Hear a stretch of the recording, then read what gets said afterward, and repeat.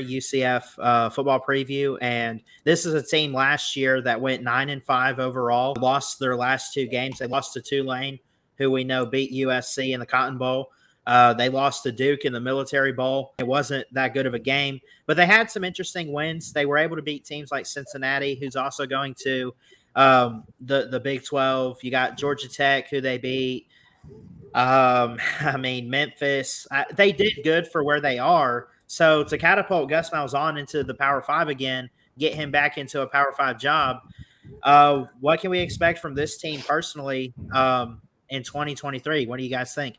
Well, I think that UCF has the best opportunity of the four coming in because of Gus Malzahn and also the players he has coming back. Here's the problem with UCF. Where are they playing these games at? So let's see. Let's look at the schedule here and key in on this. Let's go down to the Big 12 portion. And well, wait a minute, Joey. Before you get to the Big 12, look at who they play at. I think a game that's going to tell you a little bit is September 9th. They go to Boise State. Right. That's going to be a interesting game. Yeah, that will be a good game. That will tell us a lot about them. But here's the problem I'm looking at. In the Big 12, do they have to travel to Texas Tech? Do they have to travel to Iowa State? Do they have to travel to West Virginia? We're talking about three really tough road games. You have to travel to Oklahoma, and I see they do at Oklahoma. Well, they get Kansas State, Oklahoma, Cincinnati, and Texas Tech. Those are not going to be easy road games. They get West Virginia at home. That'll help them a lot. And that's why I say West Virginia will lose that game. I predicted West Virginia to lose that game. But if you look, they got to go to Texas Tech. At Texas Tech, there's no way they win that game. They don't have a chance at Texas Tech. You know, they're going to be throwing those damn tortilla shells everywhere and hitting them in the head. You know, Houston's a home game for them, so that'll be a win. Oklahoma State's a home game for them. West Virginia's a home game for them. That's why I say UCF, they've got a favorable schedule. Everything sets up nice for them coming into the Big 12. Now, the problem is they're going to be a one-and-done team. They're going to do good this year, and then they'll probably fall out for a couple of years. But they've got the best opportunity to have a very good year in the Big 12 right now because of the way the schedule is. So, of course, they have like Darren Henshaw, which I've never really heard of him. I'm looking at their website. They got him as the offensive coordinator. They got David Gibbs as a co-defensive coordinator. Gus Malzahn's the head coach. Here's the thing about Gus Malzahn. What's so crazy, he found ways to win at Auburn, but he also found ways to screw it up. I think he has shown that he can handle a Power 5 schedule if the situation is correct. You know what I'm saying? You look at what they have on their team. Got a lot of seniors. You know, Kobe Hudson is from Pine Mountain, Georgia. He's a wide receiver. He's a senior. They've brought in some transfers. Let me see. I saw some on here. They got a lot of Florida kids, obviously being in Florida, but you know, they have a lot of great receivers. They got a lot of depth on defense. They have a lot of freshmen too, which makes it interesting. Are they going to play a lot of young players?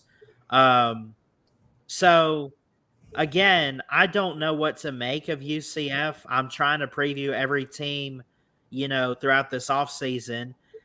I think this is just one of those teams that we just have to look at and say, okay, you know, we know what they have, and they have talent, and they have the coaching down. I think they kind of showed that last year going 9-5. You know, even though they lost to Duke, they made their conference championship. They were the second best team in the AAC.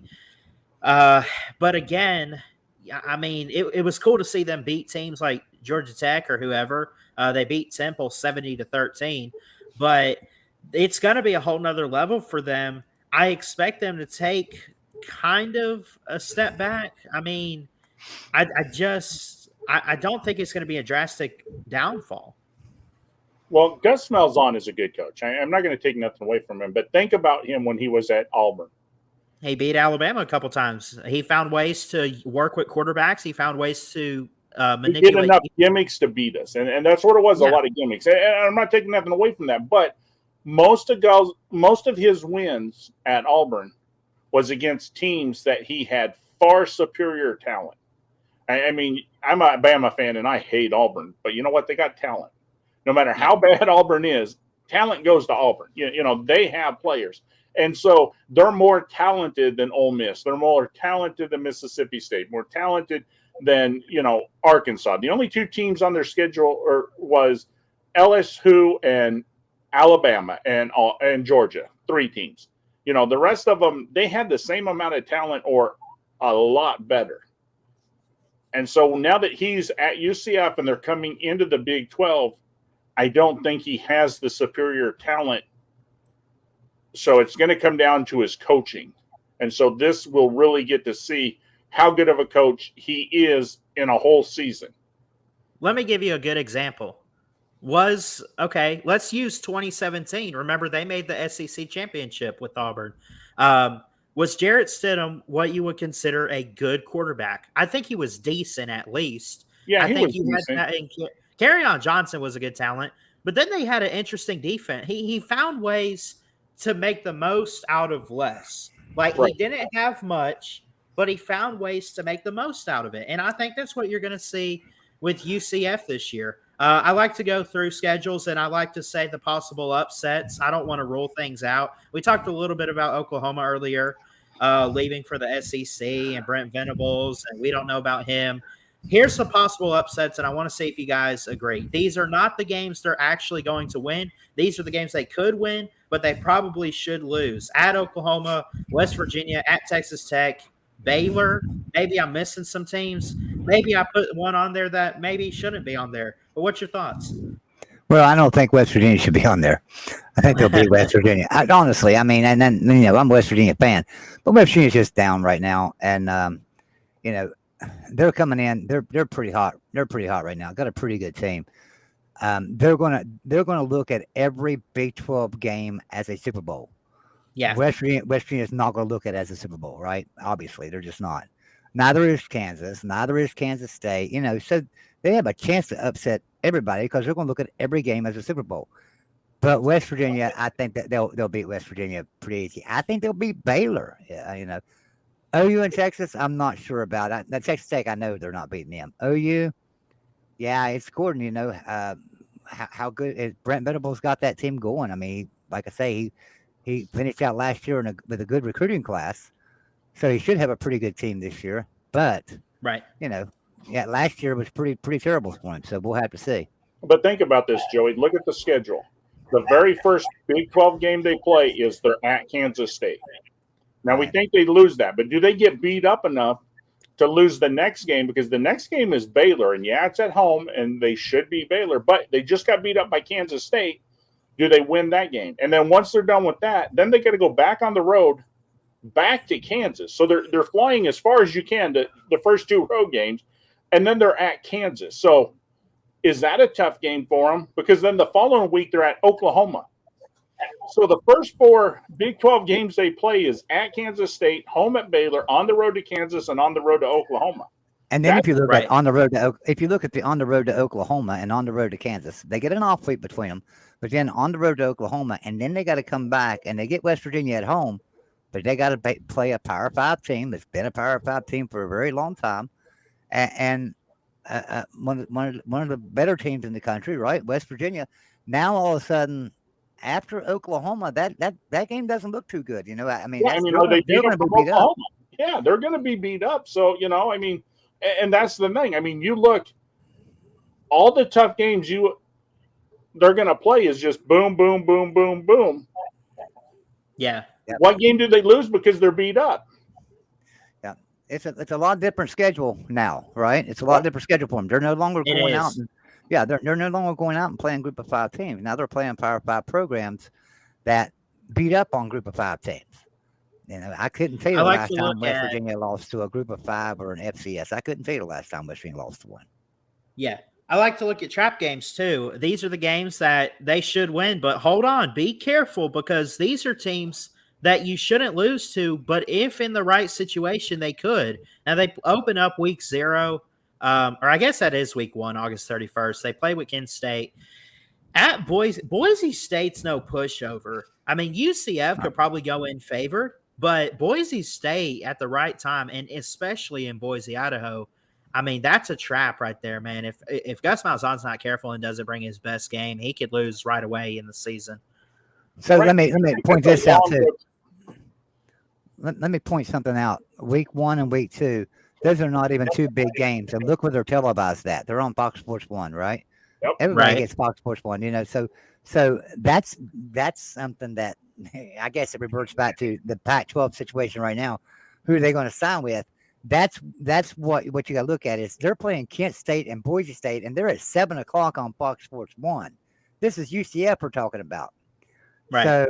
So you know that goes back to the Pac-12 conversation, but I'm not going to get into that right now. So just wanted to point that out for Ty guy.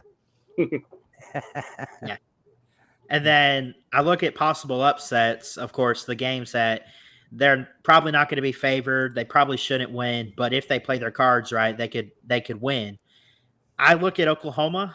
I look at West Virginia. I look at Texas Tech. I look at Baylor. Notice that I didn't put every single team in each of these categories on the schedule. Like a game at Kansas State. Kansas State's going to be a really good team this year. They're no pushover. I don't see that as a possible upset. I definitely don't see it as a trap. So some games like that are just not going to be categorized on here. But what do you guys think about this list of where they could pull an upset somewhere? Well, I don't know if you can call it an upset right now, but I think they'd beat Boise State. I think they could beat Boise State. That would be an upset on a lot of our minds to go into Boise State and beat them. They're not going to beat Kansas State at Kansas State, so I don't see that. Well, the only good thing with the Kansas State game, though, Joey, is the week before Kansas State plays Missouri. Oh, is that right? You're playing Kansas State at the right time. I'm not saying they're going to win it, but if you're going to beat Kansas State, at least they come off playing an SEC team that, you know, it could be a situation where they get beat up a little bit. Maybe Kansas State does get beat up in that game a little bit. Yep, good point. Good point. I don't think they do it, but I mean, maybe that is your upset. Maybe Kansas State coming off of Missouri. Because what happens either way, it could be a trap for them. Because if Kansas State blows out Missouri, they'll be looking like, well, hell, we just beat an SEC team. This UCF ain't going to be much of a problem. Or, or Missouri beats them. Now they're beat up. They're down a little bit. Because if you're Kansas State, you have to think Missouri's a victory. Do you not? I mean, even though Missouri's SEC, you got to count that as a victory going into the game. Now there's another game here I'm looking at, the Kansas game, October 7th. You can figure they probably won't be favored in that. They could pull off an upset there. The problem is, if I'm not mistaken, the week before Kansas plays West Virginia, so Kansas could be a little beat up there October 7th. Am I right? I'm not got West Virginia's schedule in front of me. I'm just going by recollection. It seems like West Virginia's playing Kansas the week before that. So, no, Texas plays Kansas. So Texas could beat up. So even worse yet. Worse. Yeah. Yeah, they could get beat up by. So UCF could go in there and beat Kansas because Kansas is going to be a beat up team after Texas. That's for sure. Yeah. Yeah. So yeah, that's the best time to play Kansas after they get beat up by Texas a little bit. Right. Yeah. Because Kansas is going to be that team where they could get off to a hot start or be in a good position. But if they get beat up, they're not coming back from that crap, man. They're not coming back. Right. They got great starters. Kansas has some great starters. They have no depth, none. Right. They got a great coach. They got great starters. And if your starters could play the whole game, they'd beat a lot of teams. But they don't have any depth. So they're going to get beat up in the Texas game. So that's a good win for UCF right there on the road at Kansas. That could be a really good win for them. Yeah, and I see we're looking Kansas this year. I mean, last year they're like, but it's Kansas. They're coming back down to earth. But it's Kansas. They're coming back, and they did well. And so now people are going to play them a lot harder. Yeah, and I see games on this schedule. I mean, like I said, it's so hard to figure out the newcomers. And the first year for these teams like Cincinnati, UCF, and the other two, Houston and BYU, the first couple years, you just want to see how they fit in with the conference for like the first 2 years. And then by year 3, it's like now things got to get serious and you got to be competitive. For a team like UCF, I mean, I didn't even notice too much of their non-con schedule. Kent State, Boise State, we talked a little bit about. Villanova. I mean, Villanova's a men's basketball school, aren't they? So, I mean, those are games they should probably win at home unless something goes horribly wrong. Right. Yeah, they should win those games. The Boise State's going to be their toughest of their top 3 games. That's for sure. But what Yeah. has to be worrisome though is the traveling. They go in to Boise State, Right. then they play Villanova, but then they're traveling to Kansas State. Then they come home. Then they go to Kansas, and then to Oklahoma. I mean, that's a lot of travel on a team that wasn't used to traveling that far. Yeah, we get down to the end of it. Especially, you're almost going halfway across the country to play like the Texas teams, the Kansas, and I think of course, even like Oklahoma. What's crazy is, man, they got all of their tough games pretty much are on the road. You look at Oklahoma, you look at Kansas State, you look at Texas Tech, you look at, I mean, pick your poison. They're pretty much Boise 9 State. times out of 10. Yeah, 9 times out of 10, they're all going to be on the road. And the Right. problem with Texas Tech is you're playing them the next to the last game of the year. So Texas Tech is probably playing for a Big 10 or a Big 12 championship that weekend. Yeah. And another thing Much, too. they got to win that game if they're going to make the Big 12 championship. So that even puts more pressure on UCF that Texas Tech is not going to overlook them because they know what's at stake. Their Right. toughest games are on the road and against ranked teams. Almost every one of their road games are going to be against ranked teams, with the exception of maybe Boise State. And the thing about it is, they come back the next week and they got to play a Power 5 program. They're not playing a cupcake team. So, like, they play Oklahoma at Oklahoma, and then you got to face West Virginia at UCF, right? So that's a tough schedule. That's a tough way to go at it. Yeah. So they play at Kansas, then they're off, then they go to at Oklahoma, and then they get West Virginia. And West Virginia is a home game for them. But they're going to be beat up from the Kansas game. Maybe not have everybody back for the Oklahoma game. Players are going to get beat up in the Oklahoma game. Then they got to face West Virginia. West Virginia may not be the best team in the Big 12 right now, but they've got some depth to them. They can afford to lose a player or two. UCF is going to have a hard time replacing players as they lose them throughout the season. So that's going to be a tough game for them.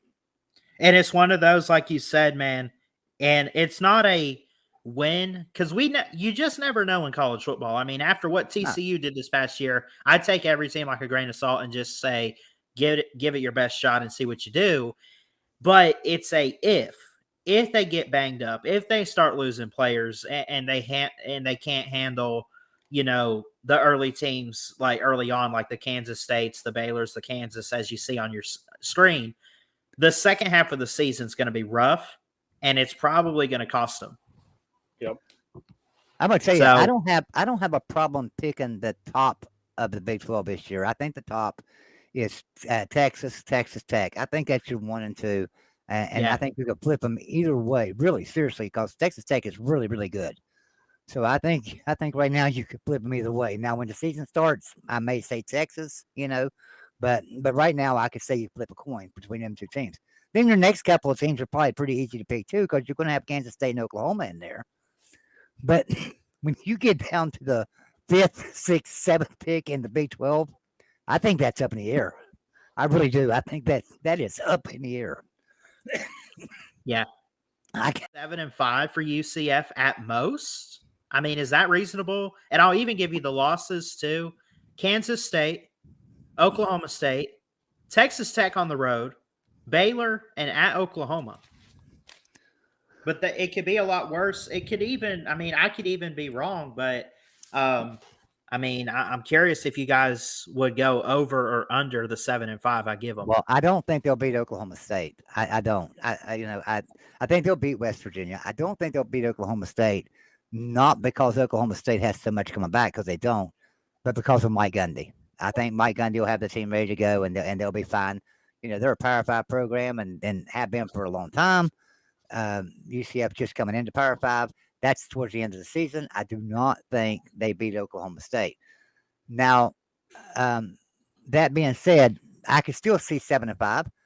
Heck, I think you could even look at it and say you could see an 8-4 because UCF's got so much returning.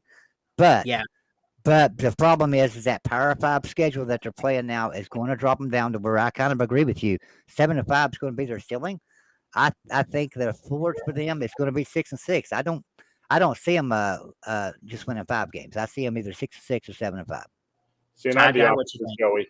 I see them 6-6, and I see them going 5-7 more likely than going 7-5. Okay. I see 6. I see 6 losses. I really see 6 losses. I don't think they beat Kansas State. I think Baylor's going to beat them after that game. I think Kansas, Oklahoma's going to beat them. There's your 4. You know, Texas Tech is going to beat them. So there's 5 losses.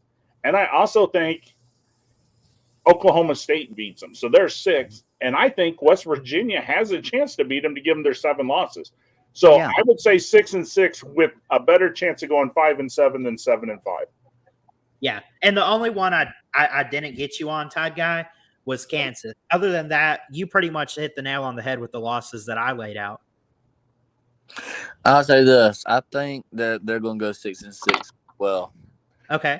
and I think maybe they can upset somebody and go 7-5, but I don't see a reason why they wouldn't be bowling this year. I know they got a lot to travel and stuff like we talked about earlier, but I see the beginning of their schedule kind of favorable with their non-con. They should win all them games. I know Boise State's not a run-over team, but I think they beat them.